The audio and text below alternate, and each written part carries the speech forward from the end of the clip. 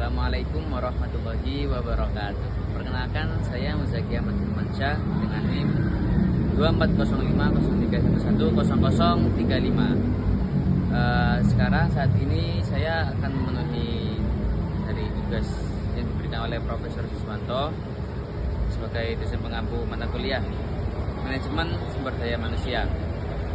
Hal ini berkaitan dengan materi pelatihan dan pengembangan. Oke, baik. Untuk pelatihan sendiri itu adalah proses kita dalam mengembangkan skill, pengetahuan ataupun potensi dalam suatu pekerjaan. Berfokus tergantung bidang pekerjaannya seperti apa. Lalu untuk pengembangan adalah proses jangka panjang dalam membentuk kader ataupun sebagaimana kita adalah mendalami peran kita dalam bekerja dalam suatu bidang. Lalu setelah kita mengenal pengertian dari pelatihan dan pengembangan, kita masuk pada tujuan. Tujuan pertama yaitu adalah meningkatkan kompetensi kerja karyawan. Lalu ada juga meningkatkan produktivitas dan efisiensi, lalu menumbuhkan juga motivasi dan keloyalan karyawan. Setelah kita mengenal tujuan, ada juga manfaat dari diadakan pelatihan dan pengembangan itu sendiri. Yang pertama yaitu adalah bagi karyawan meningkatkan kinerja ataupun keterampilan, bisa juga menjadi peluang promosi suatu karyawan. Lalu juga ada kepuasan kinerja.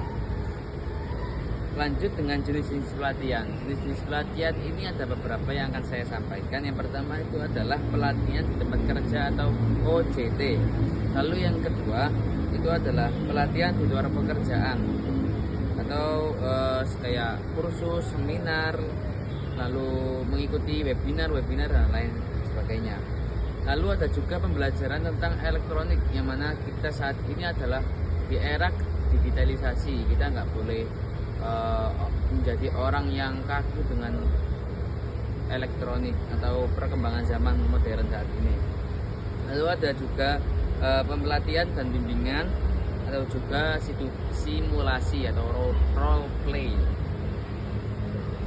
Lalu proses pelatihan dan pengembangan ini dibagi menjadi 4 tahapan. Yang pertama itu adalah analisis kebutuhan. Analisis kebutuhan atau analisis pelatihan maksudnya. Pelatihan ini digunakan sebagai apa?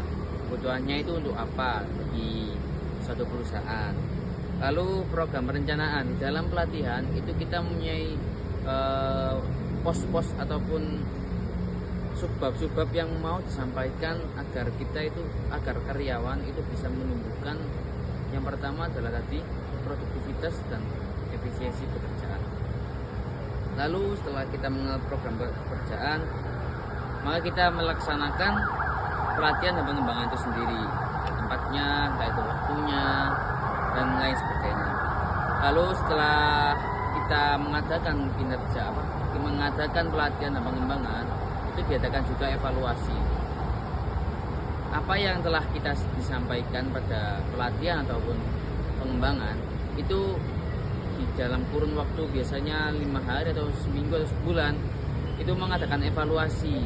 Bagaimana setelah kita mendapatkan materi pelatihan itu apakah bisa berdampak pada karyawan, dan kalau nggak berdampak itu apa solusinya.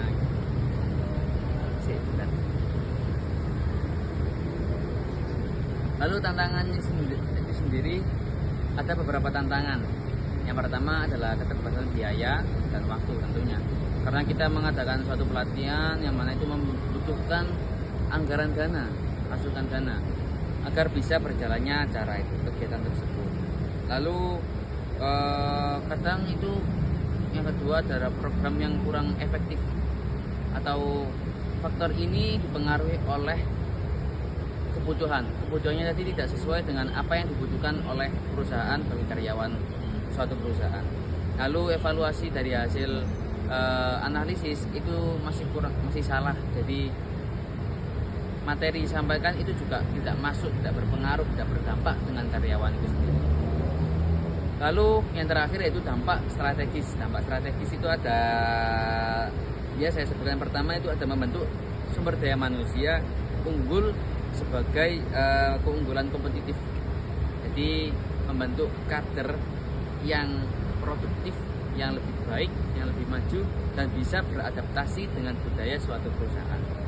Lalu yang kedua adalah meningkatkan adaptasi organisasi terhadap perubahan. Yang saya sampaikan barusan itu adalah meningkatkan jadi loyalitas dan produktivitas. Berarti dengan adanya pelatihan, karyawan itu bisa beradaptasi dengan perubahan, dengan suatu budaya yang belum dikenal oleh karyawan dalam suatu perusahaan. Terakhir adalah mendorong inovasi dan kreativitas. Ya, cukup sekian dari penjelasan saya. Kurang lebihnya, wallahul muwaffiq ila aqwamit thoriq.